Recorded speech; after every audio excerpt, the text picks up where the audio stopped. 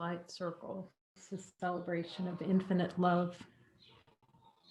The only thing of value in this world is to see this infinite love. And then invite love to help us learn where we're denying that we're not infinite love, the desire not to experience it.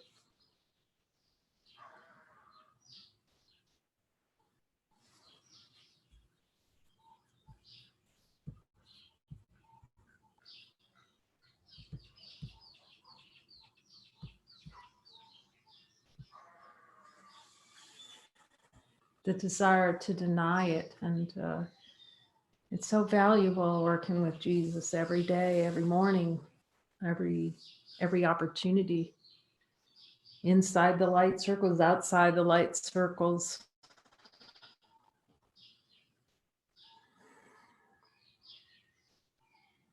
To see how much love is not really welcome. how much there really is, exactly as Jesus said, this desire not to have the direct experience of infinite, unchanging love. And how necessary humility is in this.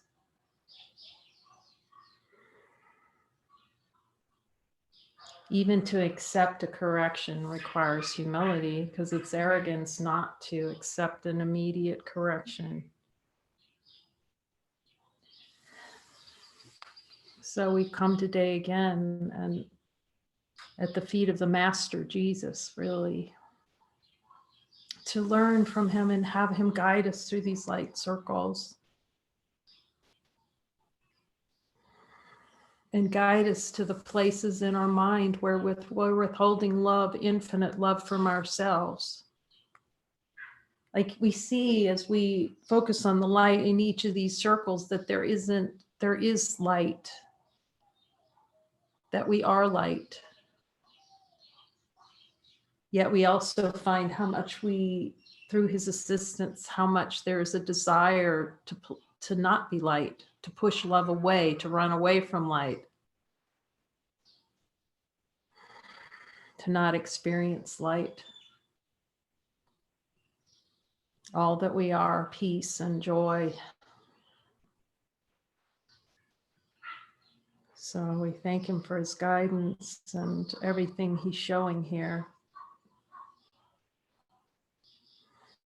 And that everything is being given because we ask now to no longer play the play of denial. We've asked and we've been heard. It seems like you have to ask a lot. Jesus says, no, you only have to ask once. Then accept what's given for all of that. Because I could.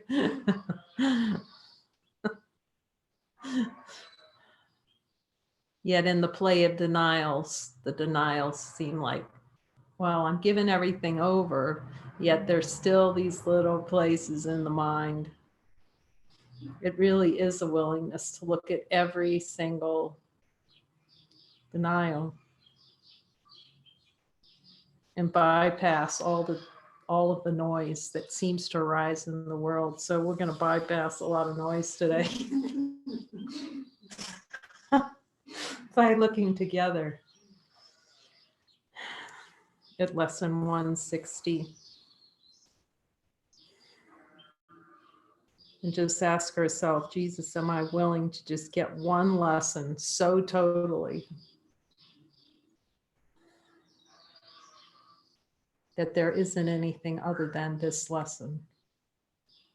That nothing's more valuable than this lesson right here. I am at home. Fear is the stranger here.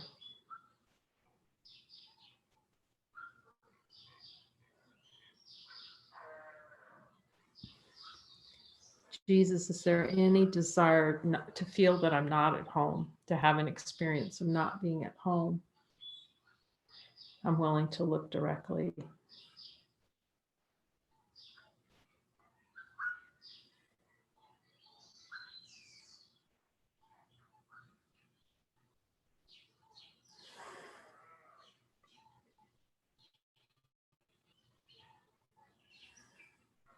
The doubt that I'm home.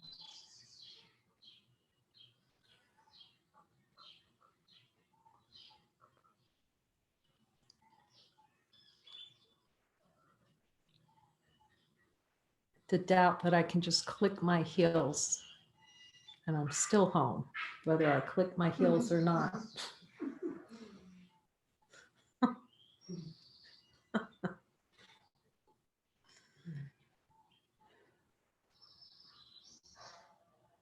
In the light of divine being, am I home?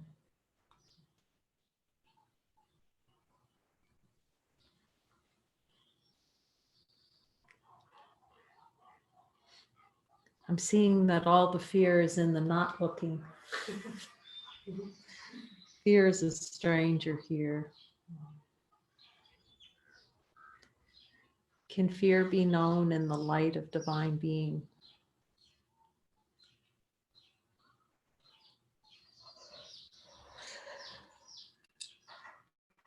Is there a place anywhere within the mind that the light of being and fear can coexist in truth?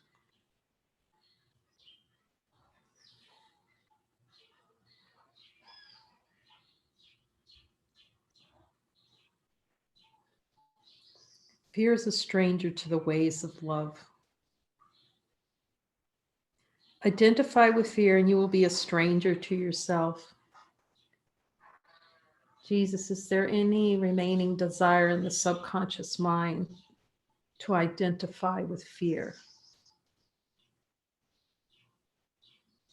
I'm willing to just see that in the light.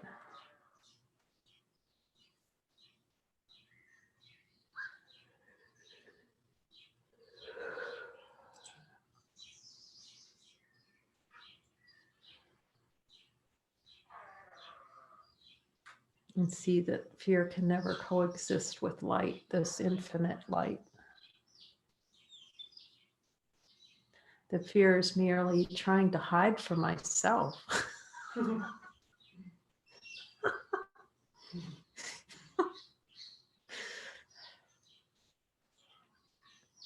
Fear is merely desire to hide from myself. I'm willing to see it 100%. Not 20, not 10, not all in.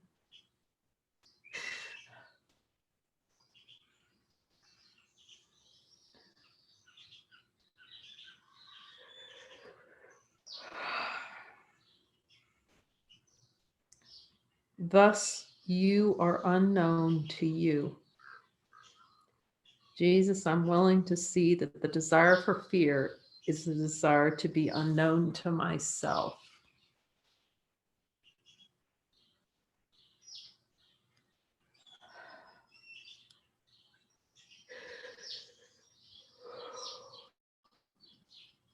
In the light of divine being is the desire for fear, the desire to be unknown to myself. And hear the light. Tell me the truth.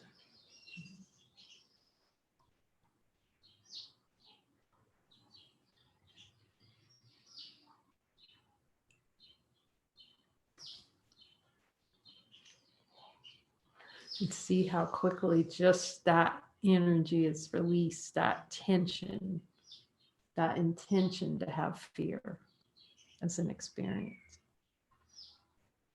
When it's just seen as the light, where is it?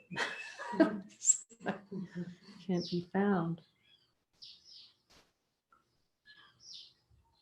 Yes, someone wrote me a beautiful letter today, and I guess they were listening to David.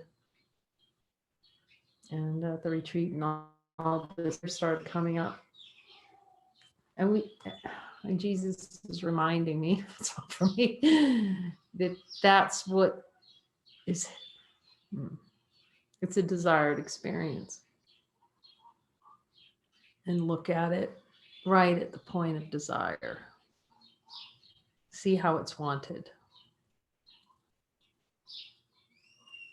And yet that in the beauty of the actual admission that it's desired, the admission that we don't want God.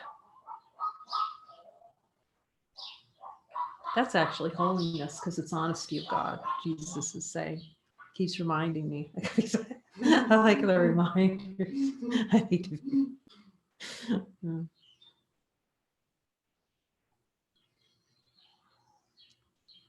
It was a beautiful letter because it was all the reminders how powerful just the admission is. No, I really don't want it. I'm not wanting peace. And then the humor really of seeing that no matter again how much we don't want it, the light's still here. Like wanting to avoid the light, but then seeing it's impossible and seeing that play. I'm not wanting it. That's when we really start seeing our true power and standing into it, not going anywhere. I love that. It's so beautiful reflections. We just sit down and we just take a little look and see how things work in the light. Like someone said, I'm not going anywhere. You almost have, that's what we have to do. I mean, because the ego's going to do anything not to look at this, not to see that we really don't desire peace. And that it's going to be another circumstance, another location where it's going to be better. And then, because the power, our mind actually has the power within it to manifest all the reflections of the support of why peace is not right here, right now. All the proof that we can't have it right here, that it's someplace else. And so then you'll get, then reflections will show up in the mind.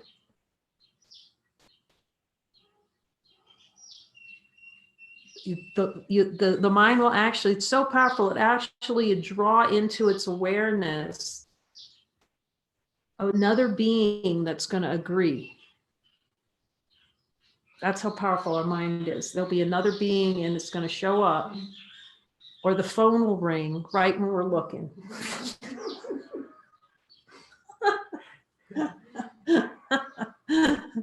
Right when we're starting to look.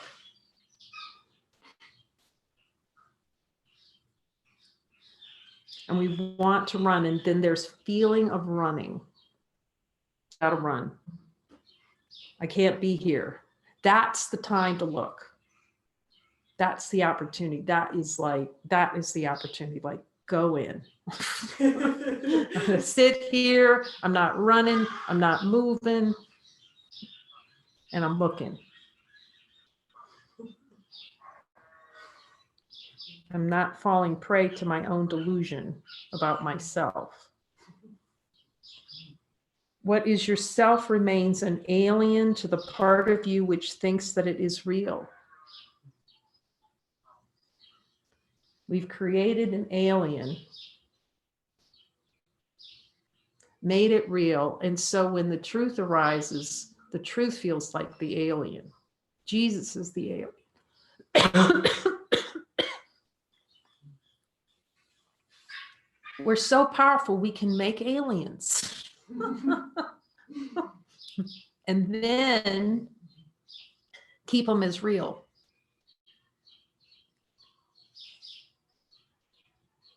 And make it feel, like he says, but different from ourselves. Jesus, am I creating any aliens? Have I created you as an alien to myself?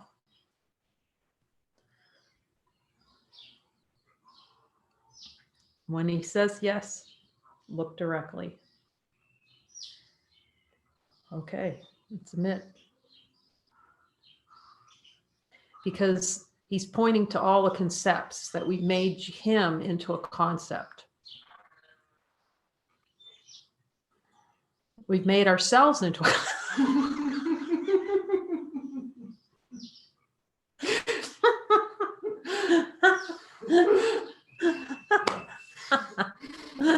because Jesus is a. This does get funnier and funnier, doesn't it?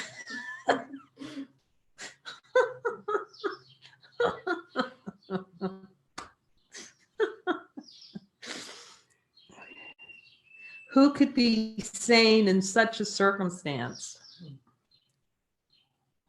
What is yourself remains an alien to the part of you which thinks that it is real, but different from yourself.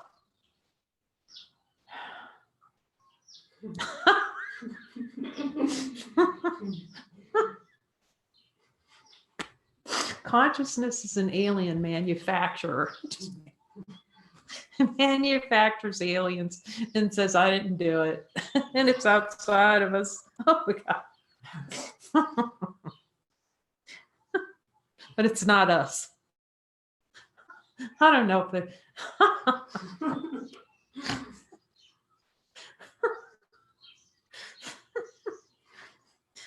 When we start to laugh at this, it really is pretty much. Who could be sane? In the light of divine being, who can be sane with that? Okay. Who but a madman will believe he is what he is not and judge against himself? Just admit it. Like, Jesus, I really want to judge against myself and pretend like I didn't.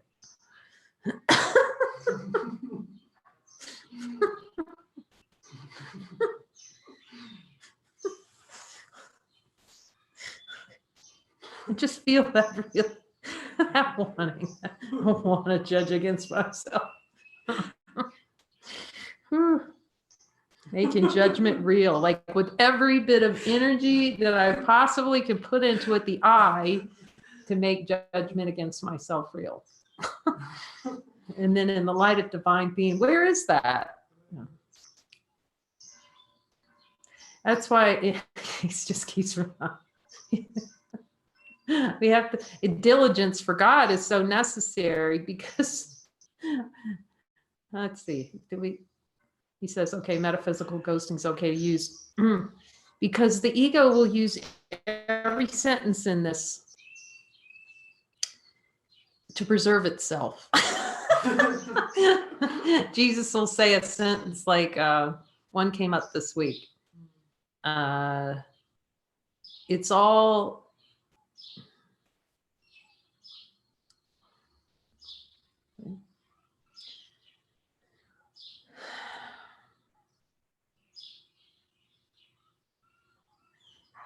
well, things like it's all happening for the good. But if there's an underlying belief that it's not, then it's a throw off by the ego using it, that it's all for the good, when it's really, there's a belief below it that it's not all for the good.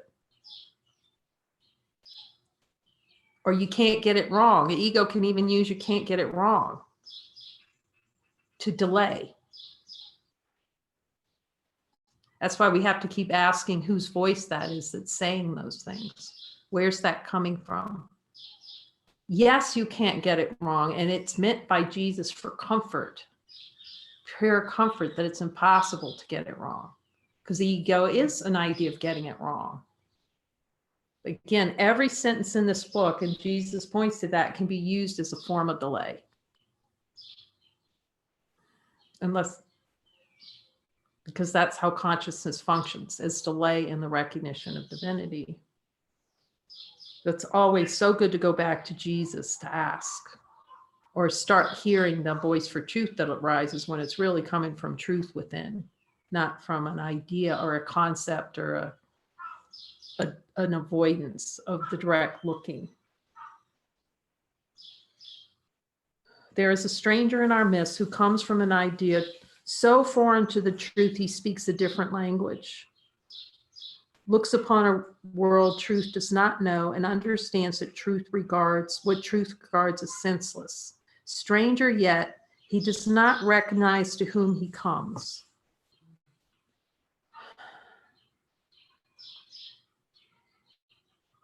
And yet maintains his home belongs to him, where he is alien now, who is at home. While he is alien now, who is at home. And yet, how easy it would be to say, this is my home where I belong, and will not leave because a madman says I must. That is beautiful. This is my home, infinite light. Here I belong and will not leave because a madman says I must.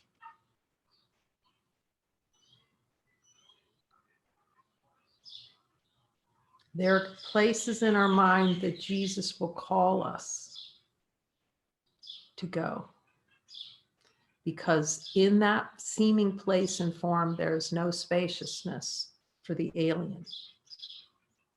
Yet if we follow the alien, the madman will come and say, leave, leave, leave, leave, leave. I have to go. Yet if we follow the alien, it's delay.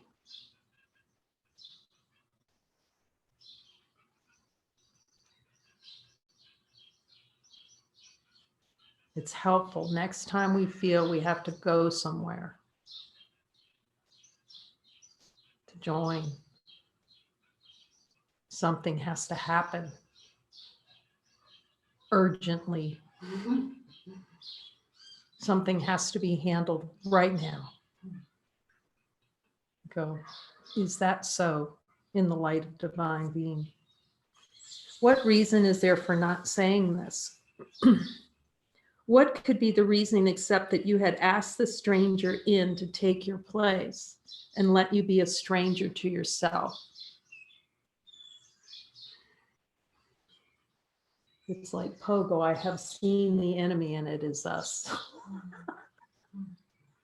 We've invited the stranger in. It just reminds me, Jesus kept reminding me about if there's a rabid dog in your backyard and it keeps biting your hand, why are you feeding it?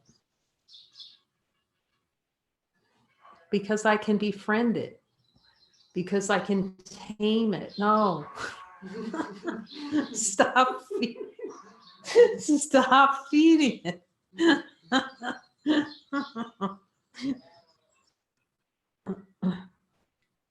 It really is the desire to feed the rabid dog and invite the stranger in. We start to see that so that we can experience ourselves as alien to ourselves. No one would let himself be disposed so needlessly unless he thought there was another home more suited to his tastes. No one would let himself be dispossessed so needlessly. Jesus, have I needlessly dispossessed myself? Is there any, is the light recognized that consciousness is a needless displacement of divinity?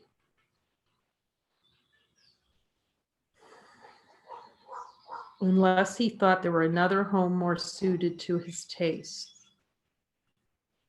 We have made ourselves strangers in our own home. A stranger to our own divinity.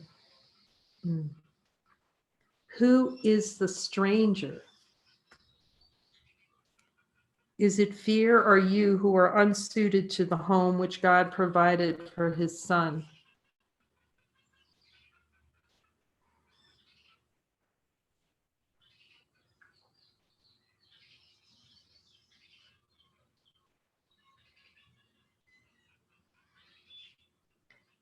Is it fear or you who are unsuited to the home which God provided for his son? Is fear his own, as in God's own, created in his God's likeness? Is fear created in God's likeness and the light of divine being?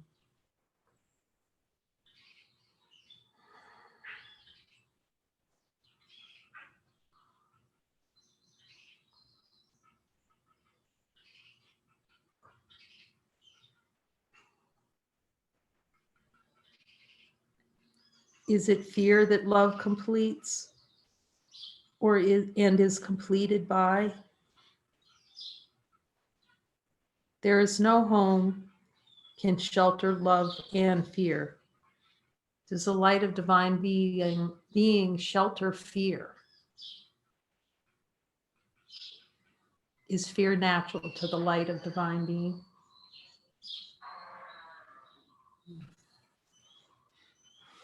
Is fear a desired experience to deny our home? to deny our rest.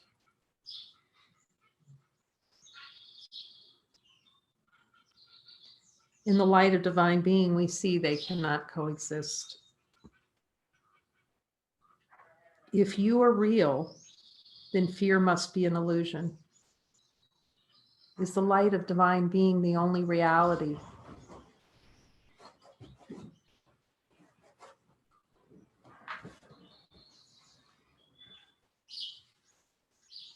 Is fear a reality in the light of divine being?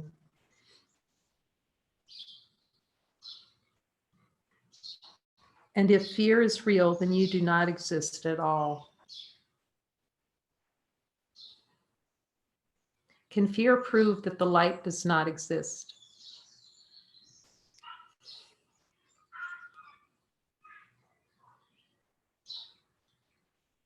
If we desire the experience for fear, can it make it seem like the light does not exist by our choice?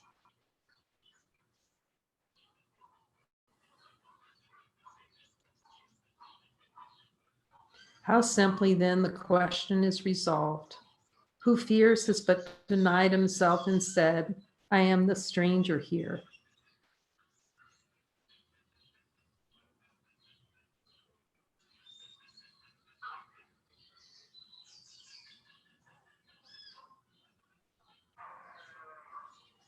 Who fears has but denied himself and said, I am the stranger here. And so I leave my home to one more like me than myself and give him all I thought belonged to me. That feels insane.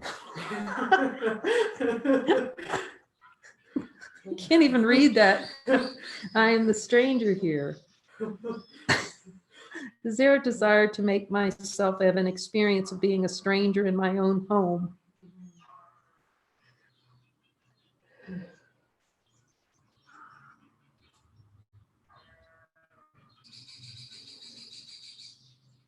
Does the light know anything about being a stranger in its own home?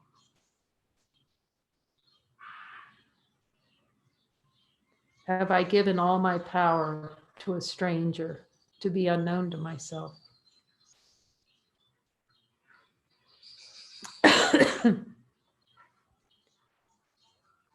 Now he is exiled of necessity, not knowing who he is, uncertain of all things but this, that he is not himself and that his home has been denied to him. Is there a desire to have an experience in which my home has been denied to me?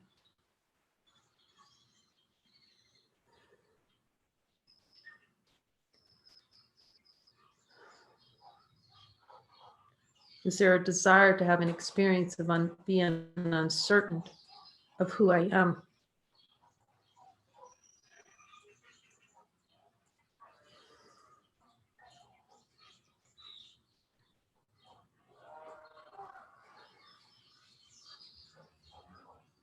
And then claim the Father has denied me.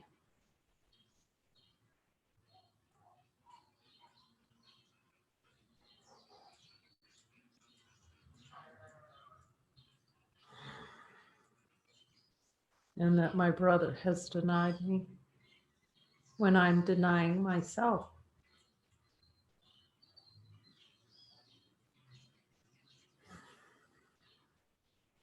What does he search for now? What can he find? A stranger to himself can find no home wherever he may look, for he has made return impossible. Have I had the desire to make return to myself seem impossible?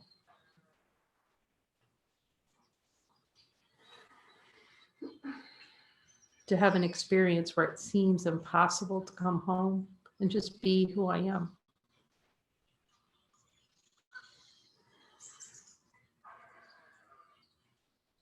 His way is lost, except a miracle will search him out and show him that he is no stranger now. The miracle will come, for in his home his self remains. It is asked no stranger in. It asked no stranger in, and took no alien thought to be itself.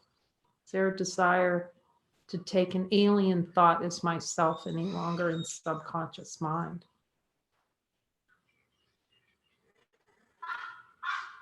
And it will call its own until itself in recognition of what is its own being with a capital O. Are we calling ourselves back to ourselves in direct experience in the light of divine being? Who is the stranger? Is he not the one yourself calls not? You are unable now to recognize the stranger in your midst, for you have given him your rightful place. Yet it is yourself as certain of its own as God is of his Son. He cannot be confused about creation. In the light of being, are we confused about what creation is?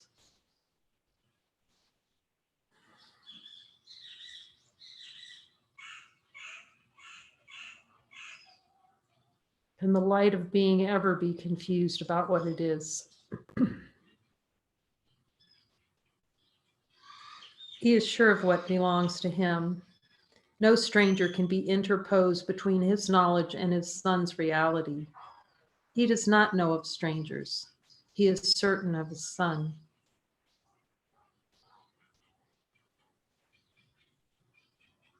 God certainly suffices. God's certainty suffices.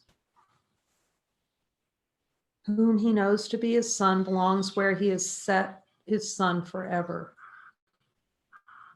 He has answered you who ask, who is the stranger?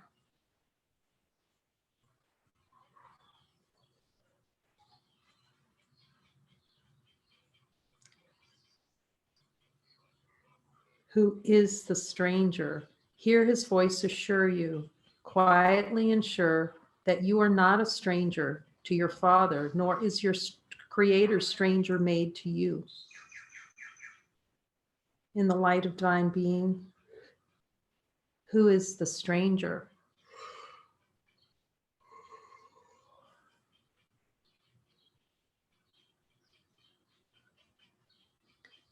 Does the stranger we have made of ourselves exist?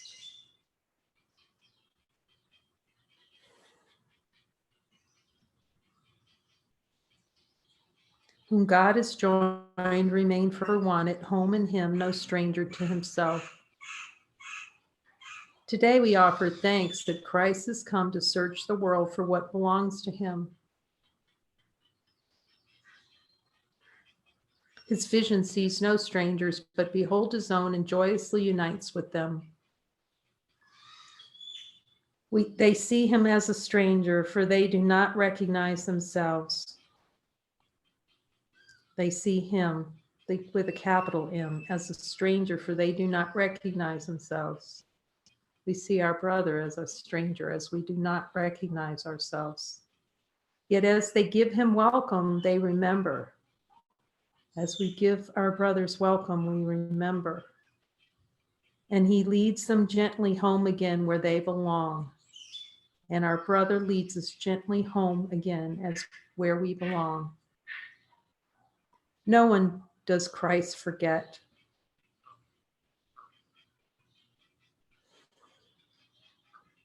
Does the divine light forget anyone in our direct experience?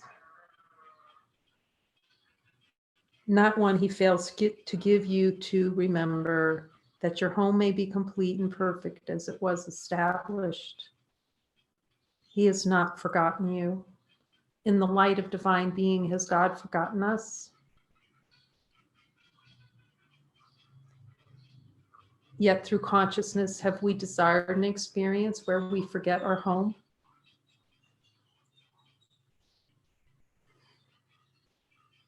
But you will not remember him until you look on all as he does.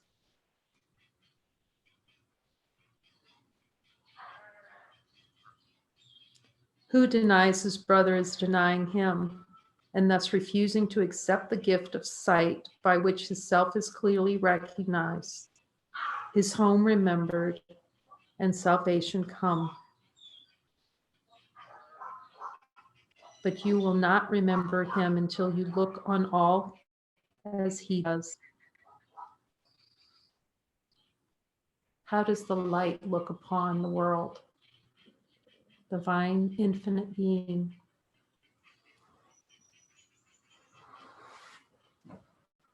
How does the divine light look upon a brother? Infinite being look upon a brother.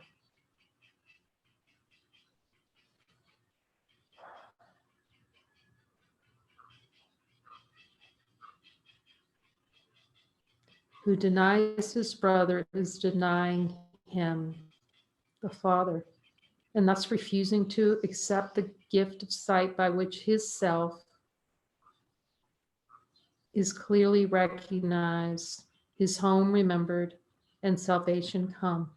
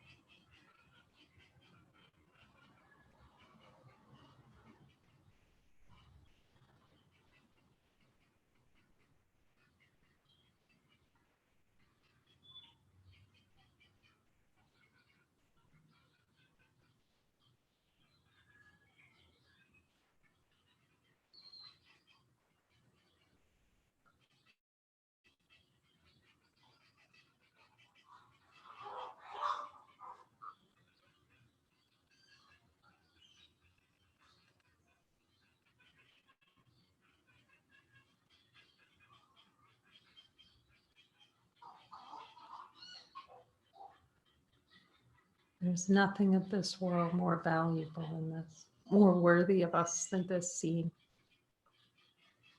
that we're already home